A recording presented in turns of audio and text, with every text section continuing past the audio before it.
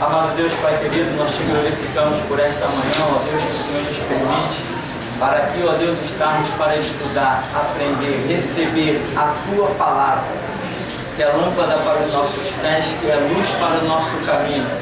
Sem a Tua Palavra, o mundo está em trevas, em escuridão, mas nós, Senhor, temos recebido a Tua Palavra e o Senhor tem dito: aquele que te segue não andará em trevas, mas passou da morte para a vida. Nos deixa provar, ó Deus, o poder desta palavra nesta manhã, do efeito que ela trará não só hoje, mas todos os dias da nossa vida. Assim nós te pedimos que envergonhados sejam os dardos inflamados do maligno, a seta perniciosa, todo levante do mal, todo bloqueio de Satanás, tudo que não procede do Espírito Santo caia por terra nesta manhã, e que seja estabelecido, ó Deus, a Tua vontade, o Teu louvor e a Tua glória, e que a nossa vida seja verdadeiramente como obreiros aprovados, não tendo do que se envergonhar, manejando bem a Tua palavra, que é a verdade. Nos abençoa nesta manhã, pois sem Ti nada podemos fazer. Em nome de Jesus. Amém. Amém. Abra sua apostila na página 33. Nós temos um título chamado Arrebatamento da Igreja. O que é o arrebatamento da igreja?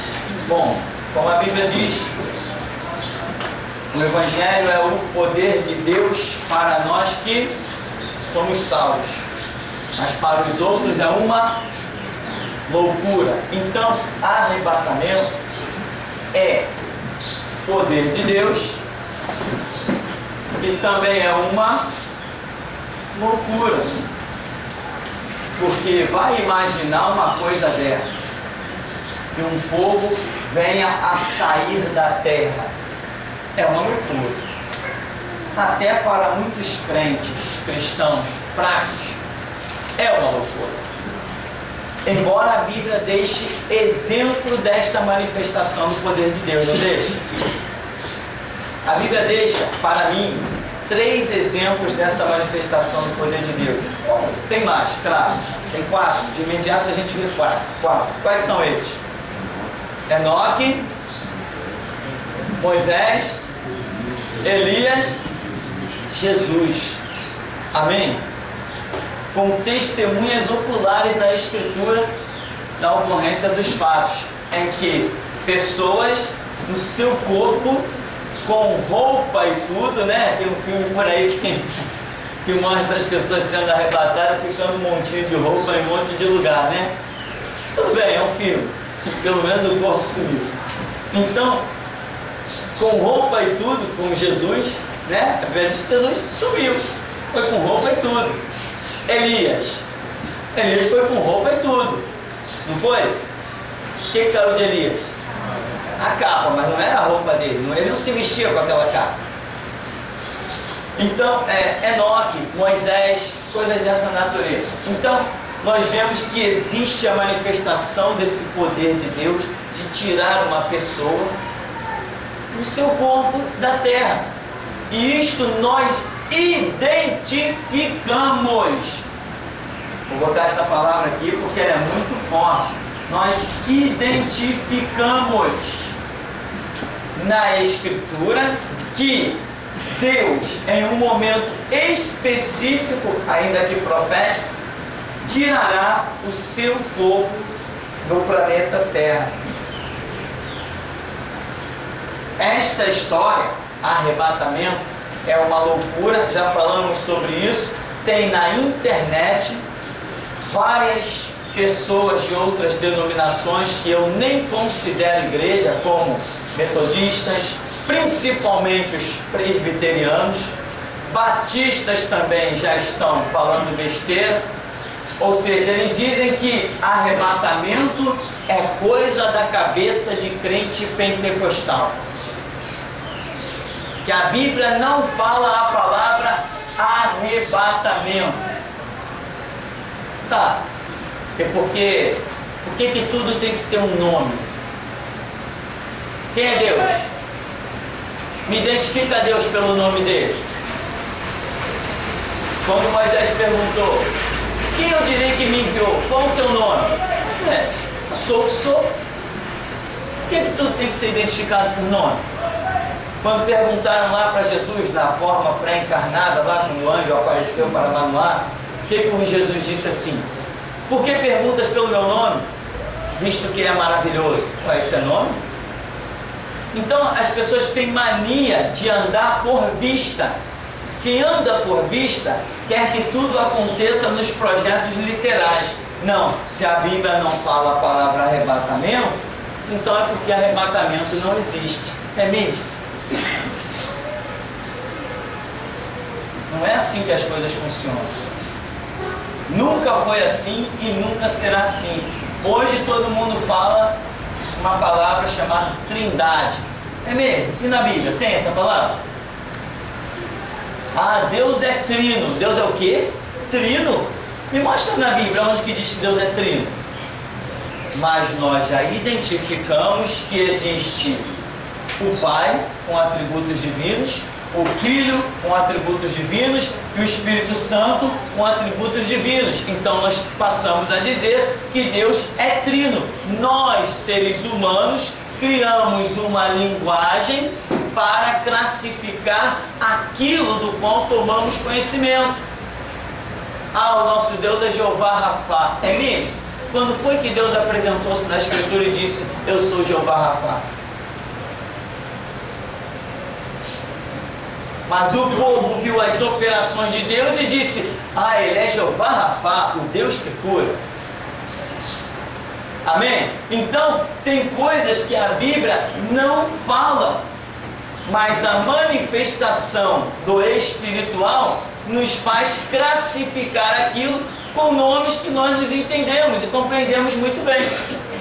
Então, a palavra arrebatamento tem na Bíblia? Bom, pelo menos eu nunca vi. Mas, que arrebatamento tem na história do Evangelho? Ah, tem. Com toda certeza.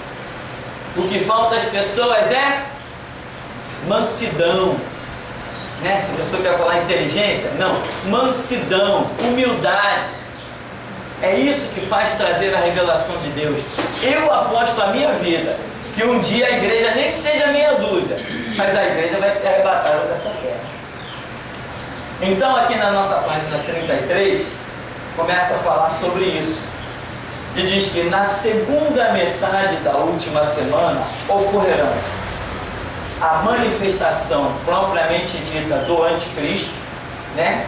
O arrebatamento da igreja e os flagelos da grande tribulação. Você vê que agora aqui o autor do estudo ele está especificando um momento para o arrebatamento, e ele diz que será quando?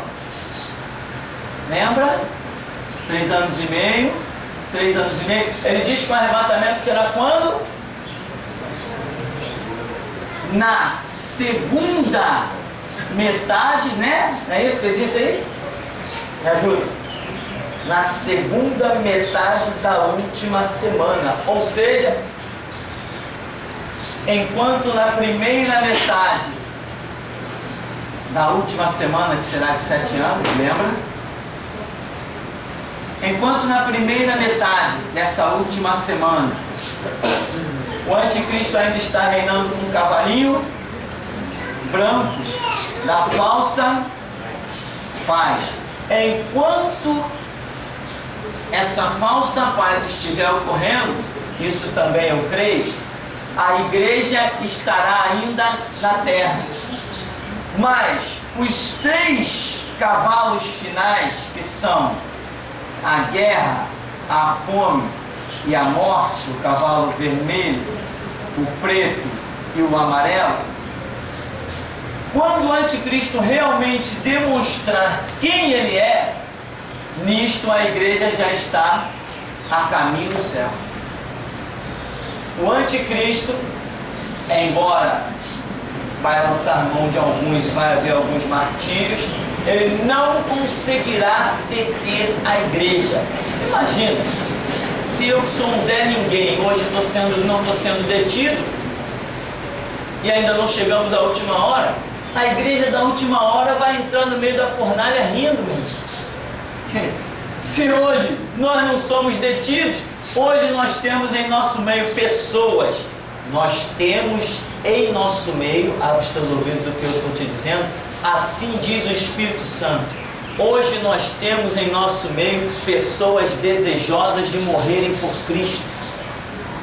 Hoje, exatamente nesse dia que nós estamos aqui, imagina daqui a pouco, quando a hora estiver soando, em que visões, sonhos, revelações vão estar sendo derramadas, se cumprindo o que foi dito a Joel.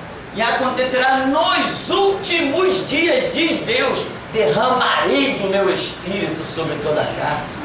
E hoje nós ainda não estamos vivendo os últimos dias profetizados por Joel. Não estamos. Essa igreja da última hora, ela vai rir da morte, ela vai zombar de qualquer coisa. Fora da Bíblia, ela vai descer o chicote, descer a espada, descer o cajado.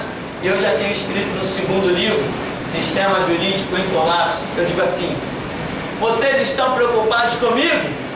Aguardem, eu não sou nada. Pior são os 7.000 que vem aí. Já estou deixando recado para eles e para muitos cristãos também. Então, essa igreja da última hora, ela que será arrebatada. Quando o anticristo mostrar a sua máscara mesmo, né, diante também de tanta denúncia que a igreja vai fazer, nesse período é que esse autor acredita que, quando já estiver sendo contada, né, espiritualmente, esta última semana, a igreja nesta segunda metade, a igreja será arrebatada. Por quê? Porque os flagelos da grande tribulação, que serão derramados pelo próprio Deus e pela permissão de Deus para que o diabo opere, pois até demônios que hoje estão presos serão soltos neste período, e Jesus falou que daquele dia igual não houve nem depois haverá. Será o pior período que a humanidade vai contemplar sobre a face da terra. Quando esses flagelos estiverem para ser derramados, como a Bíblia diz: porquanto guardaste o meu nome, não negaste a minha palavra, eu te guardarei da hora da tentação que há de vir sobre o mundo inteiro. É este período aqui que a Bíblia está dizendo. Então, quando esses flagelos, esses horrores estiverem para ser derramados, Deus, vendo que chegou a hora de castigar a humanidade, a Bíblia diz que, como não amaram a verdade para se salvar, Deus lhes permitirá a operação do erro. Então, quando essas horrendas coisas estiverem para ser derramadas sobre a terra, Deus pega a sua igreja e tira. O arrebatamento é um escape para a igreja dos últimos dias. Eu não vou estar vivo, com certeza, nesse período aí. É o que eu creio hoje, posso até estar errado, mas eu creio que não vou estar vivo nesse período. Então, hoje, nós estamos vivendo um tempo em que não adentramos aqui, mas esta igreja final, que é ainda a continuidade de uma visão de restauração e de denúncia, principalmente denunciando que o homem que está no poder é o anticristo, esta igreja é arrebatada, ela sai da terra, e neste período aí terá cumprimento final as profecias com relação à igreja, em que Mateus capítulo 25 diz que à meia-noite ouviu-se um grito. Meia-noite é o ponto alto do reinado das trevas. Então, quando o anticristo desponta com seu poder animalesco, pois ele também é chamado de besta, quando o anticristo desponta com a sua mão de ferro para governar o mundo e os flagelos vão ser derramados, Deus retira a sua igreja. Quando ele está para reinar na sua força terrível, ditatorial, isto é, meia-noite. É o ponto mais precioso do reinado dele, em que ele conseguiu reunir, através da falsa paz, fazer aliança com o mundo inteiro. E hoje nós já estamos vendo isso. A Rússia já saiu para fazer aliança com todos os países do bloco comunista. Então Mateus 25 diz que na meia-noite ouviu-se o grito. Esta é a igreja que vai estar gritando. Esse grito é de uma igreja completamente restaurada, andando no meio das pedras afogueadas, em que esta igreja restaurada estará gritando para alertar não só as igrejas, como também o mundo todo. E você vê que o objetivo do grito foi, em primeira mão, despertar as igrejas. Então, este é um período que está para acontecer, e aqui o momento em que ele vai estar acontecendo, em que o autor aqui coloca na segunda metade da última semana, a última semana que nós estudamos bastante aí na aula anterior. Então diz: arrebatamento da igreja, flagelos da grande tribulação, manifestação propriamente dita do anticristo. Veja bem, o anticristo vai estar reinando antes ele vai estar no poder, mas poucas pessoas o identificarão como anticristo. Inclusive, os próprios judeus vão estar em aliança com ele, porque ele está com um cavalo branco, na falsa paz. Então ele não é manifesto ainda, mas já quando for entrando o segundo período da última semana, aí ele será propriamente dito, né? Propriamente manifesto. E o mundo vai tomar conhecimento de que aquele camarada queria exaltação para si mesmo, queria ser o próprio Deus, como a Bíblia diz, assentar-se-á no templo de Deus, querendo parecer Deus. Alguma pergunta? Aqui diz: o dia e hora ninguém sabe, é mistério de Deus. Porém, os sinais que precederão o arrebatamento foram revelados. Será quando se manifestar o filho da perdição, o anticristo, segundo a Tessalonicenses, em meio à grande tribulação, ou seja, à meia-noite dos tempos. Mateus 25, verso 6. Alguém pela internet, meio desesperado: pastor, eu ouvi em uma das suas mensagens que Jesus voltará no ano de 2050 e mais alguma coisa. Falei assim: olha,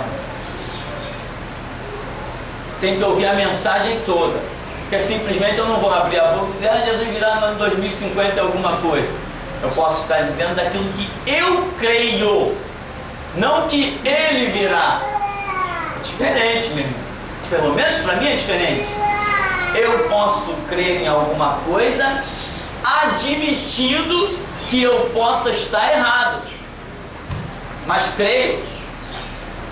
Possa ser que venha pela frente uma revelação que me faça entender de forma diferente. Afinal de contas, nós vivemos num mundo de mistérios, de revelações, onde ninguém pode dizer assim: ah, está aqui a Bíblia, eu esquadrinhei, dominei o conhecimento da Bíblia. Só um louco.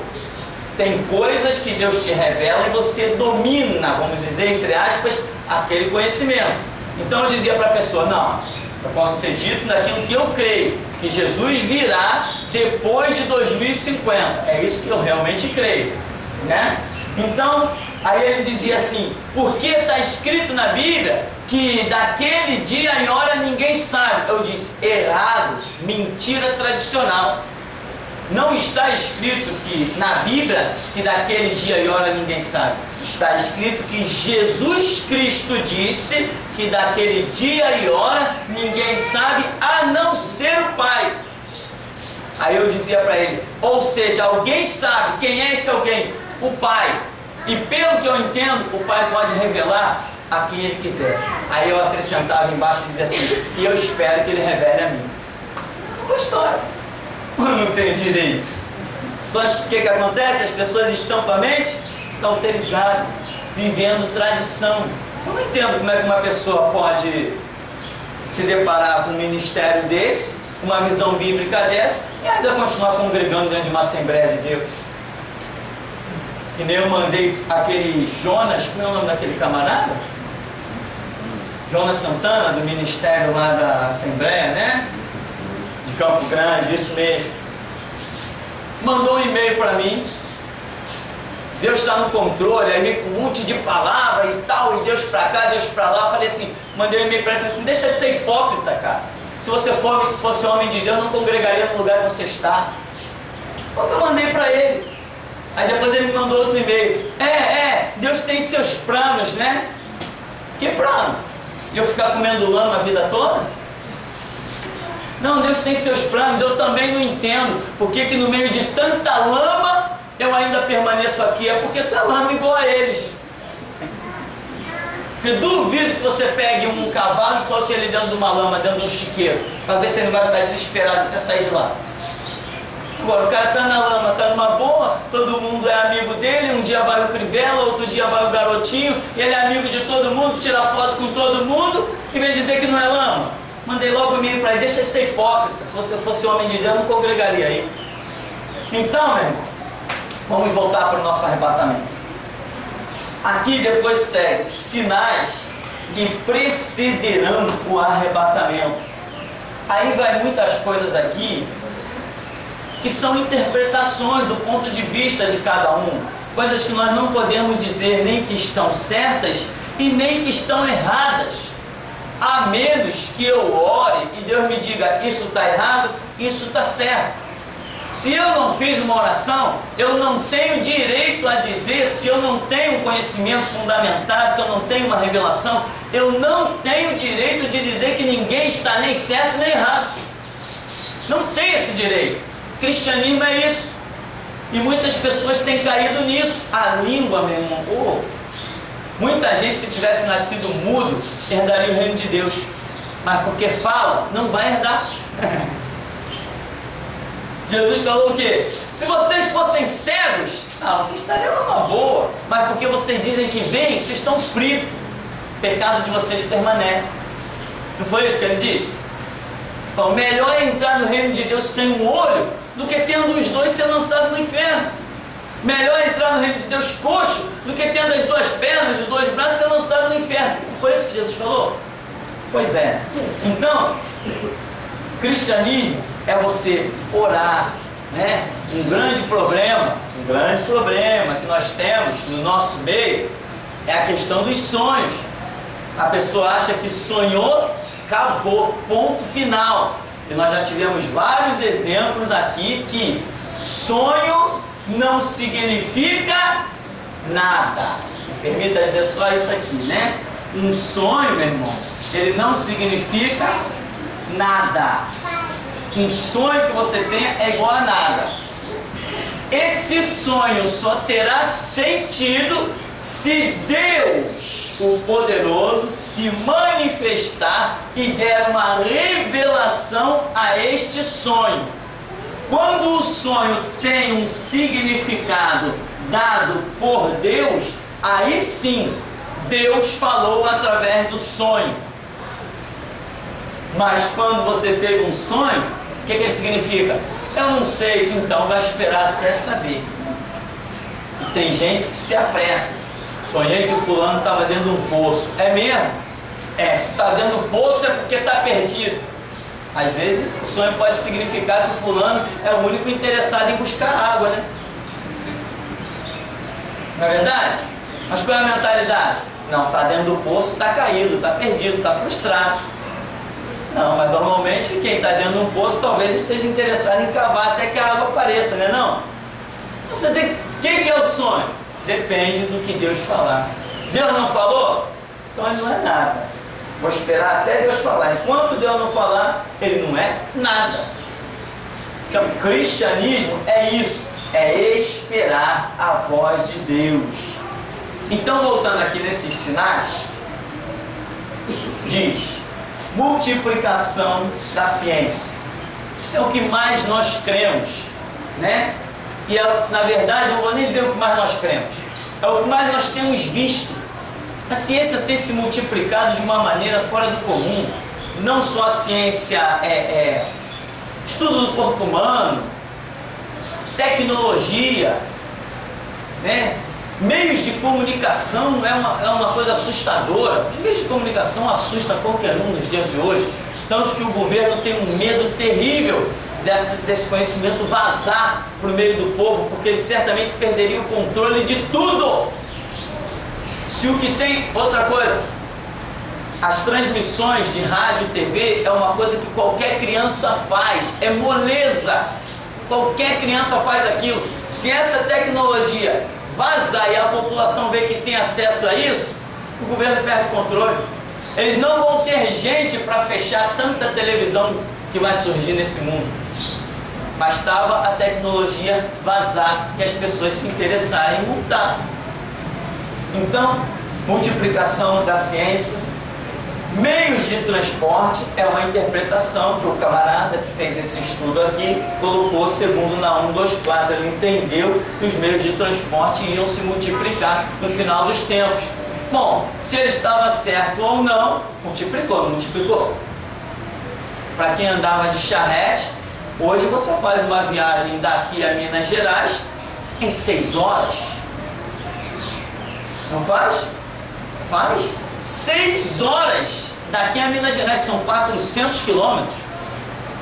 6 horas, irmão. Eu posso dizer porque já fiz. O camarada parecia um doido no volante, mas que chegou em 6 horas, chegou. Multiplicação da iniquidade. Não é o que temos visto?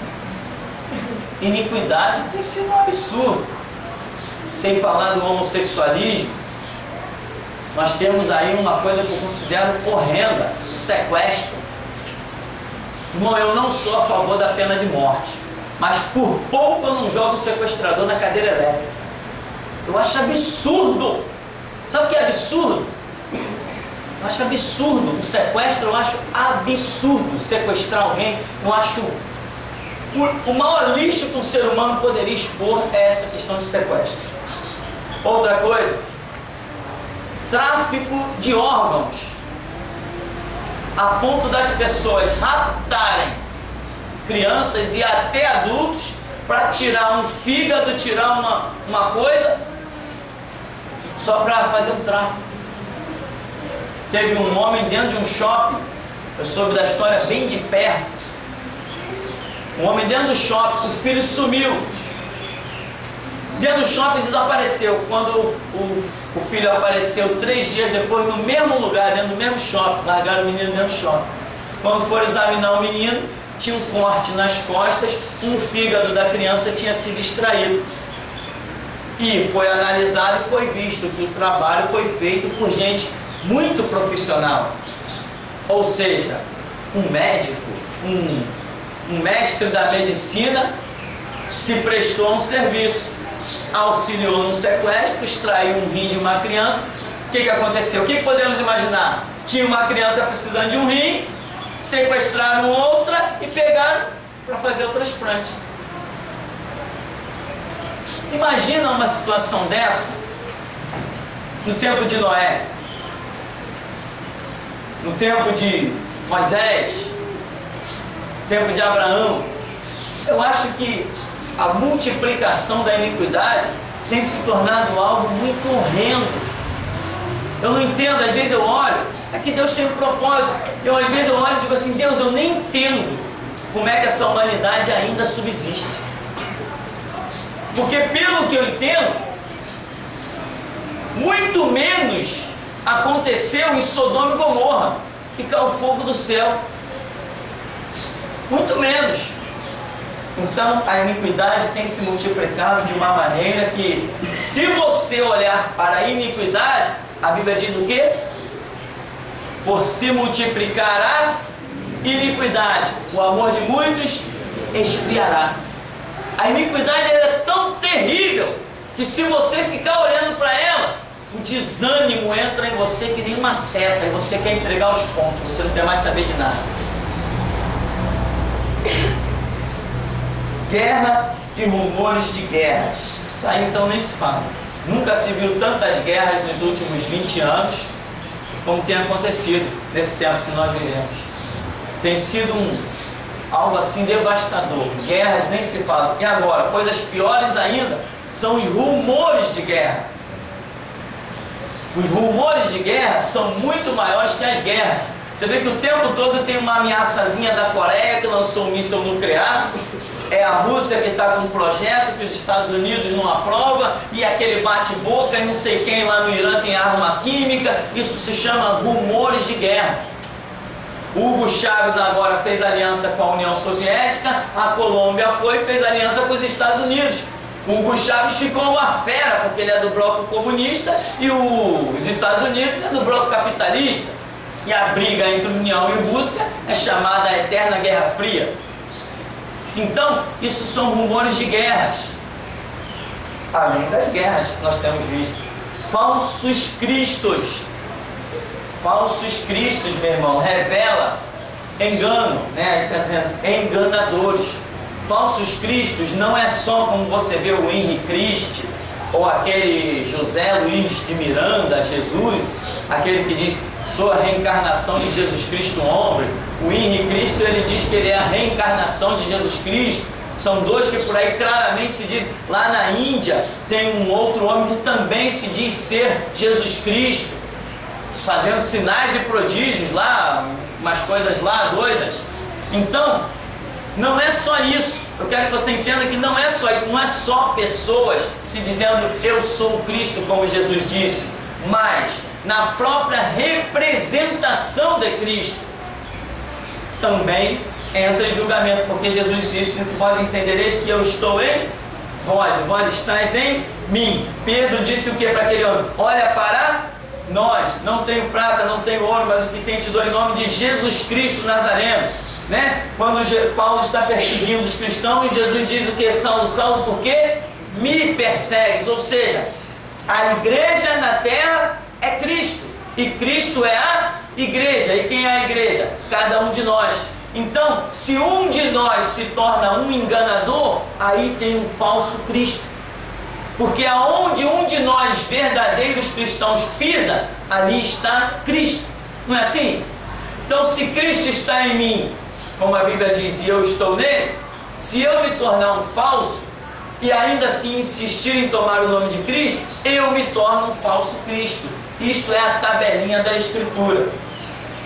Fome, peste, né? Principalmente quem acessa a internet tem visto que fome e peste, aquelas cenas lá da Índia, aquelas cenas da África,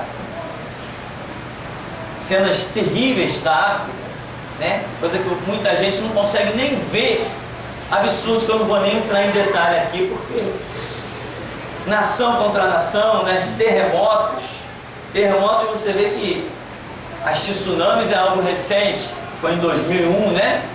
As tsunamis, depois daquelas já aconteceram várias outras, devastaram um monte de coisa. Escândalos e traições, falsos profetas, desamor, glutonaria e embriaguez, apostasia. Aí na apostasia eu quero parar só um pouquinho para lembrar você que a apostasia foi algo profetizado por várias pessoas na Escritura. Por exemplo, Pedro, Tiago, João, o próprio Senhor Jesus, né? E tem Judas. Esses, e principalmente, claro, como diz a referência a Paulo, esses todos profetizaram praticamente a mesma coisa, quase que usando as mesmas palavras. Falaram da apostasia como um sinal dos últimos tempos, sinais que precede ao anticristo. O maior sinal que eu considero dos últimos dias é a apostasia. A restauração de Israel. A restauração de Israel em 1948 é um sinal que começa a história do fim, mas a apostasia já está lá no fim do fim. A apostasia é o desfecho. Vem a apostasia, surge a necessidade da restauração. Aqui estamos nós. Nós só viemos à existência porque a apostasia já havia chegado ao seu limite. A apostasia já havia transbordado diante de Deus. O cálice da apostasia já havia sido transbordado. Por isso surgiu a necessidade da restauração. Alguém que tivesse coragem e valentia para denunciar a igreja. A apostasia está onde? Nas igrejas. E para você ter a coragem de se levantar contra uma igreja, toda a tua roupagem velha e todos os teus conceitos têm que ser removidos. Porque qualquer um que olha para uma igreja diz assim: não fala contra a igreja não. Todo mundo tem medo. Não, ali tem um ungido de Deus, ali tem um pastor. Não fala de pastor não, eu falo mesmo. Então, a apostasia é um sinal marcante quando tudo já está consumado. Aí vem a restauração, que tem um período de tempo bem curtinho. A restauração é um período de tempo curto, mais ou menos uns 70 anos, imagino eu. Imagino, amém? Imagino, só para você ter uma ideia do que eu considero curto. Então, esse sinal descrito aqui está em 2 Tessalonicenses capítulo 2, que é dito por Paulo. E Paulo inclusive diz, né, que o homem do pecado só virá depois que vier a apostasia. E muitos crentes tontos estão achando que tudo que a igreja está de pé. Eles não tiveram a noção que Paulo já falou, e todos esses apóstolos, inclusive o Senhor Jesus, falou que viria a apostasia. Homens amantes de si mesmo, negando a fé, entendeu? Traidores. Há uma lista infinita aqui de situações. E a apostasia é predito na Escritura, e as pessoas estão vivendo como se ela nunca fosse acontecer. E hoje nós estamos exatamente no meio da apostasia. Todas as alianças que são, toda aliança que a igreja fizer caracteriza a apostasia. Eu vou repetir isso para você. Toda aliança que a igreja fizer caracteriza a apostasia. Tudo que for conceito que a igreja se aliançar e deixar penetrar em nosso meio caracteriza a apostasia. A igreja tem que ser pura, imaculada, intocável. Ela pode morrer, mas não faz aliança. Qualquer tipo de aliança, qualquer tipo de acordo com conceitos administrativos do mundo, ou conceitos outros doutrinários, como por exemplo, um cidadão das Assembleias de Deus questionou um dos irmãos aí do ministério, não lembro agora, e disse assim: o reverendo Moon é um homem de Deus. Quem foi que ouviu isso? Você? O reverendo Moon é um homem de Deus. O reverendo Moon se diz ser a reencarnação de Jesus Cristo, é mais um.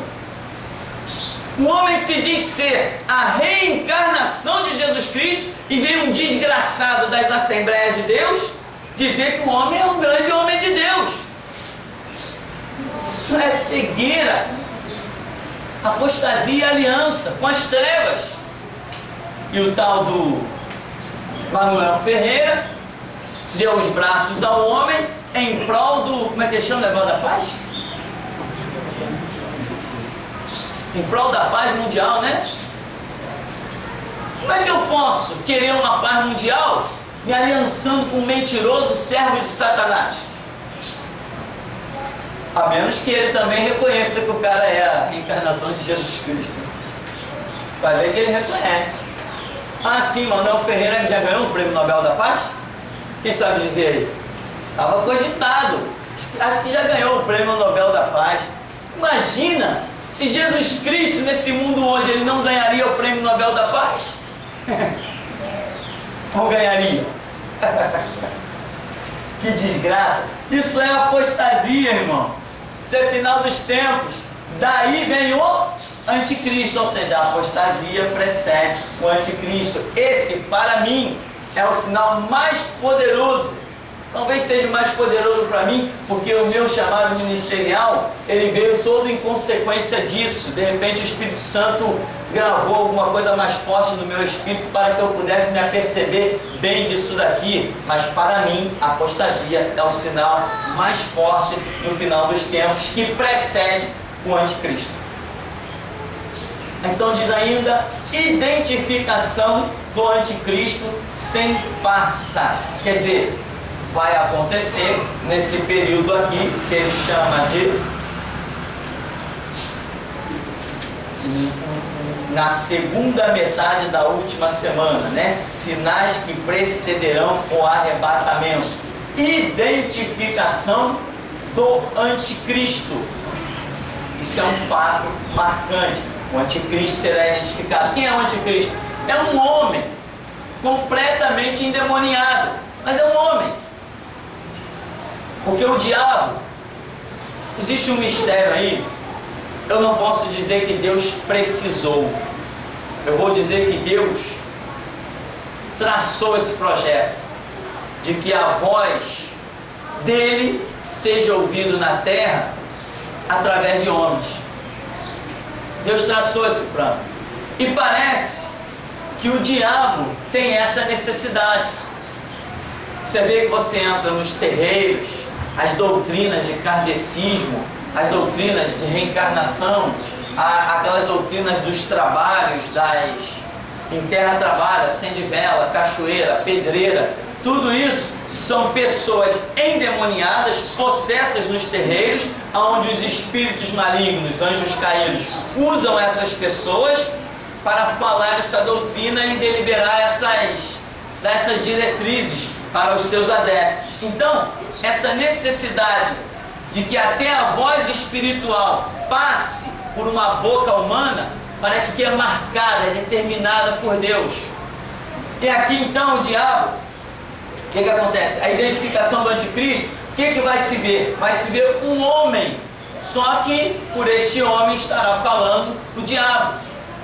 Hoje as pessoas consideram que a maior tipificação dessa situação aconteceu através de um louco chamado Hitler. Dizem que Hitler, ele quando dava os seus discursos nacionais, ele ficava em transe. Depois dele discursar por 15, 20 minutos, meia hora, ele ficava em transe. E levavam ele para um botequim, né, vamos assim dizer, e ali só depois de muitos copos de cerveja que ele voltava a si. Tem inclusive fotografias originais de Hitler, em que pegaram ele em meio aos seus discursos, e realmente você percebe que o homem está fora de si. E todo mundo diz, ali está a mais perfeita tipificação do anticristo. Eu diria, não, ali está o próprio anticristo, só que num tempo em que ele se manifestou fora de um projeto que Deus tinha. Então ele não dominou o mundo. Agora ele vem novamente e dessa vez ele vai dominar o mundo. Por quê? Porque agora Deus já encerrou o seu plano com a igreja. Agora a voz da restauração aconteceu. Deus encerra o seu plano para a igreja. Quando o anticristo se levantar agora, Deus permitirá que ele domine o mundo. Desregramento sexual. Quer dizer, isso aí você pode imaginar aí dentro disso o homossexualismo, né? A pedofilia e tantas outras coisas que estão acontecendo por aí. Prioridade à vida material. Nunca se falou tanto em bens materiais como nesses dias. Eu fiquei impressionado com uma notícia que eu vi um tempo atrás num jornal. O camarada, ele era presidente do Banco Central do Brasil. Quer dizer, esse homem entende de finança como ninguém, né? O que ele fazia? Olha que loucura! O desejo de bens materiais. O homem pegava o dinheiro que estava aplicado no Banco Central do Brasil, ele pegava esse dinheiro. Antes de dar meia-noite, ele pegava esse dinheiro. Ou seja, é um horário que ninguém tem acesso. Você tem acesso à transação bancária meia-noite? A transações de investimento, você consegue fazer isso à meia-noite? Você não consegue, mas ele conseguia. Claro que ele conseguia. Tem a senha de tudo, tem código de tudo. É o homem do Banco Central. O que ele fazia? 5 para meia-noite, ele pegava o dinheiro do banco, o meu, o seu, e aplicava no chamado overnight. Não sei se ainda existe essa aplicação, tal de overnight. Será que night tinha a ver com noite? Acho que é por isso que ele aplicava a noite. Quando era 5 para meia-noite, ele aplicava aquele dinheiro enorme.